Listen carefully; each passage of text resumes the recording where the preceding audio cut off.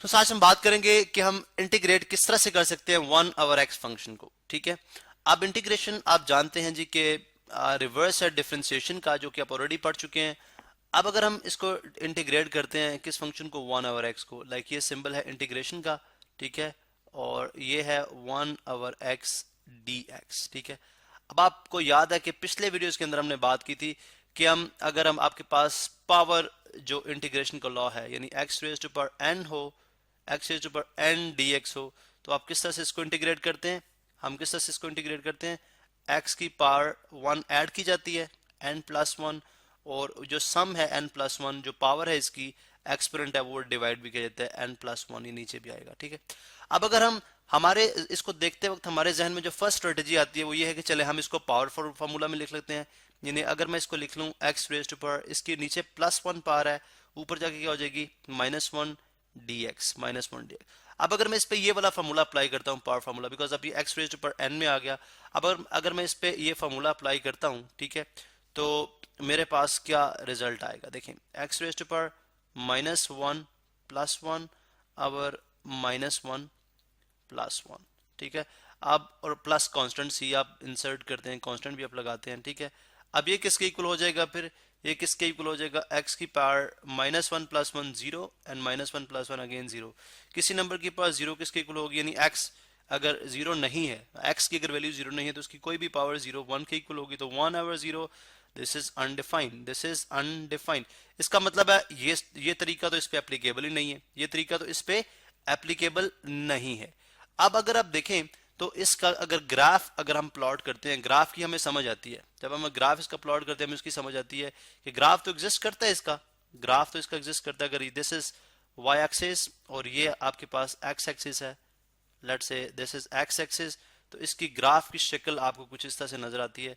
जो आपके पास 1/x में फंक्शन है, इसका ग्राफ हम ऑलरेडी इस पे एक्सप्लेन कर चुके हैं कि किस तरह से ग्राफ बनता है। तो बेसिकली आपके पास कुछ इस तरह से ग्राफ बनेगा। ठीक है, इस तरह से। इसी तरह ये जो है वो आपके थर्ड क्वाड्रेंट में भी होगा।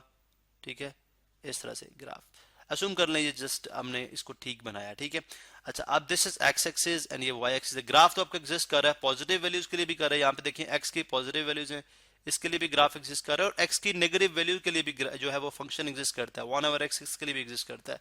तो इसका मतलब है कि अगर इस तरह से इंटीग्रेट नहीं हुआ, इसका मतलब हम किसी और तरह से इसको इंटीग्रेट कर सकते हैं।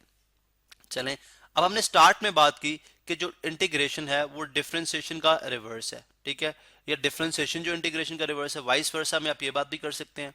चलें, हमने देखा जी कि अगर हमारे पास एक फंक्शन हो, अगर मैं डिफरेंशिएशन पे जाऊं, डिफरेंशिएट करता हूं किसको, लॉग ऑफ एक्स को, लॉग ऑफ एक्स को, और प्लस कांस्टेंट सम कांस्टेंट सी, सम कांस्टेंट सी, तो मुझे पता चलता जी इसका मैं किस तरह से इसको कर सकता हूँ differentiate, because log of x को मैं अलग करूंगा।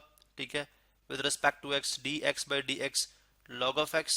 ठीक है, लॉग ऑफ एक्स और प्लस कांस्टेंट सी 4 5 7 जो भी हो। ठीक है, और डिफरेंशिएट में करूंगा with respect to x, constant को डिफरेंशिएट करूंगा। कांस्टेंट तो आपको पता है डेरिवेटिव कांस्टेंट का क्या होता है, जीरो होता है। कांस्टेंट का डेरिवेटिव क्या है, जीरो।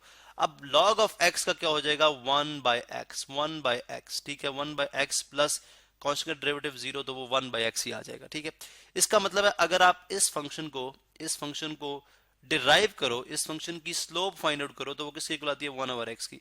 इसका मतलब है अगर आपके पास ये फंक्शन हो और इसका डेरिवेटिव ले लो, यानी अभी यही कॉन्सेप्ट था कि अगर हमारे पास ये फंक्शन हो, ठीक है, 1/x dx, अगर आपके पास ये फंक्शन हो तो डेफिनेटली इसका रिवर्स इंटीग्रेशन इसका ये आना चाहिए। तो इसका मतलब है बाय इंटीग्रेशन या एंटी डेरिवेटिव, जो डेफिनेशन थी हमारी कि जो इंटीग्रेशन है या जो एंटी जो है वो डेरिवेशन, इसको प्रिमिटिव भी बोलते हैं, इंटीग्रेशन को प्रिमिटिव भी बोलते हैं। ठीक है, या इसकी जो एंटी डेरिवेशन है, ठीक है, वो फिर डिफरेंशिएशन फंक्शन का क्या हो जाएगी, रिवर्स थी। तो इसका मतलब है ये हमारे पास आ जाएगा, इसका क्या आ जाएगा, लॉग ऑफ एक्स, इसका इंटीग्रल क्या आ जाएगा, log of x plus constant some constant c, log of x plus some constant सी।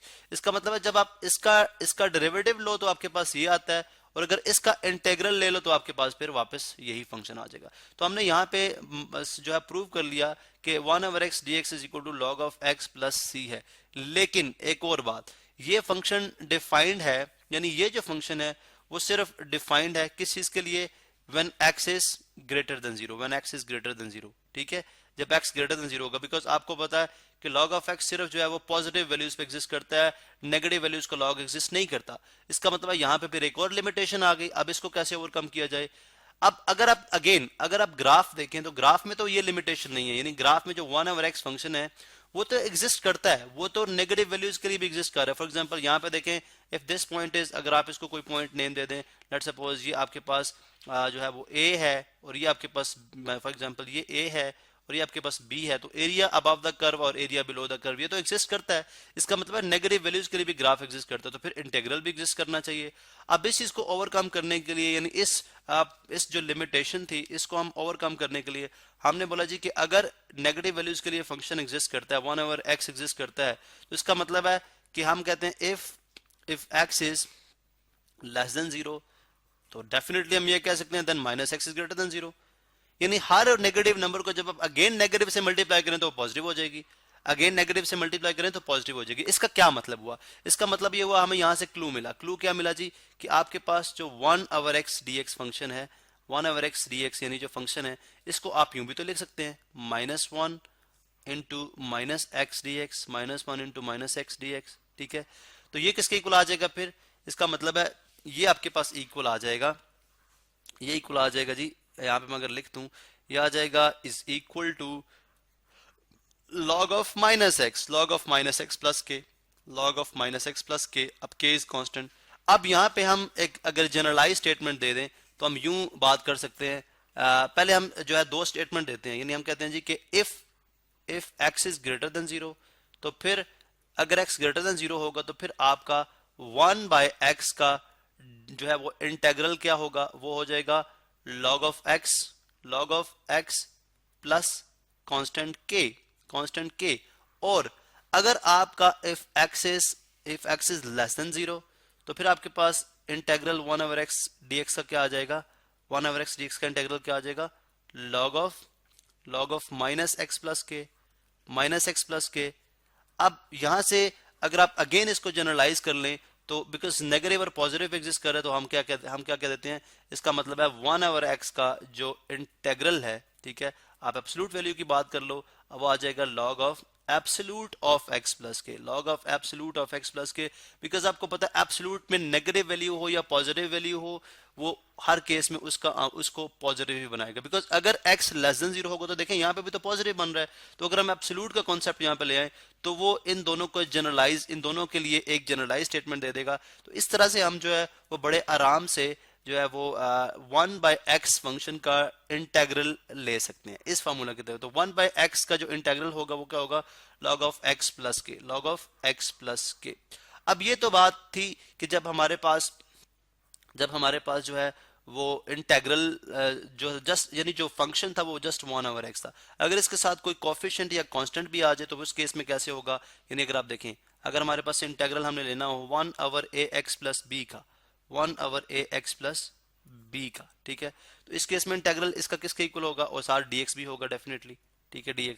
तो इसका इंटेग्रल किसके इक्वल होगा? इसका इंटेग्रल होगा जी 1/a, या बल्कि सबसे पहले आ जाएगा log of ax plus b absolute में, ठीक है। वो आपको आप जानते हैं कि मैंने एब्सोल्यूट क्यों लिखा है? बिकॉज नेगेटिव और पॉजिटिव दोनों वैल्यूज के साथ, दोनों वैल्यूज नेगेटिव के लिए और पॉजिटिव के लिए, दोनों के लिए वो पॉजिटिव आंसर दे दे, दोनों के लिए वो positive answer they they, because log सिर्फ पॉजिटिव नंबर्स के लिए एग्जिस्ट करता है, ठीक है। और उसके बाद देखें हमारा ये होता है कि लॉग एक दफा तो आपने 1/सम क्वांटिटी, ठीक है, जो डिनोमिनेटर है उसका लॉग लिया, फिर अगर आप विदाउट 1/x और x का डेरिवेटिव दोबारा से लॉग ले लें तो वो किसके इक्वल होगा?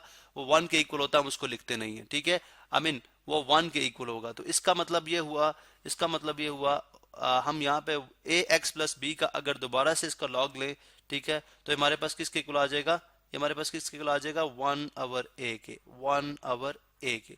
तो इसका मतलब ये हो जाएगा 1/a log of ax plus b। Because अगर आप इस फंक्शन का डेरिवेटिव ले लें, तो आपके पास ये फंक्शन आएगा, और अगर आप इसका इंटेग्रल ले लें तो आपके पास ये फंक्शन आएगा, एंड सम कांस्टेंट c।